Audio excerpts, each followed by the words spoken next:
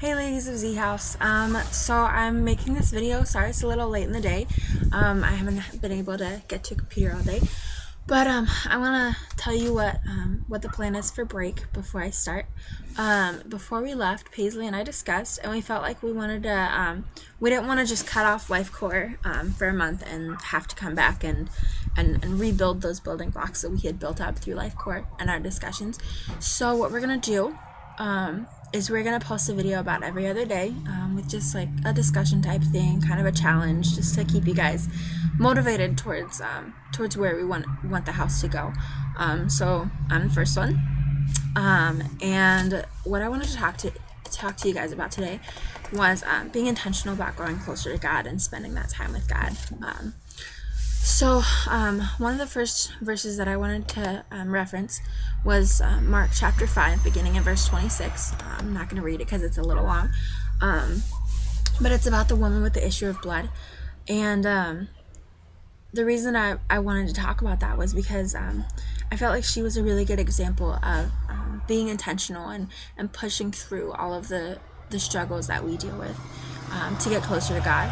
I mean, she was in pain. She wasn't feeling good. There was a huge crowd.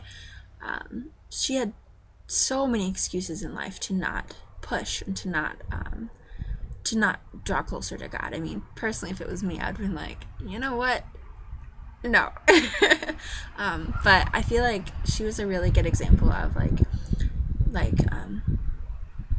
the fact that we deal with struggles every day, and no matter what our struggles are, it's necessary to continue to push to be closer to God, because in the end, she pushed and she struggled to get closer to God, and if she hadn't struggled, she wouldn't have ended up where God needed her to be to get her blessing. So I felt like she was a really good example. Another example of this that I wanted to reference was Mark chapter 10, verses 46 through 52. I'm going to read that one. It says, "Then they came to Jericho. As Jesus and his disciples, together with a large crowd, were leaving the city, a blind man, Bartimaeus, was sitting by the roadside begging. When he heard that it was Jesus of Nazareth, he began to shout, 'Jesus, Son of David, have mercy on me.' Many rebuked him and told him to be quiet, but he shouted all the more, 'Son of David, have mercy on me.' Jesus stopped and said, 'Call him.' So they called to the blind man, 'Cheer up, on your feet, he's calling you.' Throwing his cloak aside, he jumped to his feet and came to Jesus. 'What do you want me to do for you?' Jesus asked him. The blind man said," random dog. Ooh, 2 random dogs. Hi, puppy. The blind man said, "Rabbi, I want to see you." "Go," said Jesus. "Your faith has healed you." Immediately he received his sight and followed Jesus along the road. And the reason that I wanted to talk about this, hi puppy, I wanted you guys to see this cute little puppy that just walked up.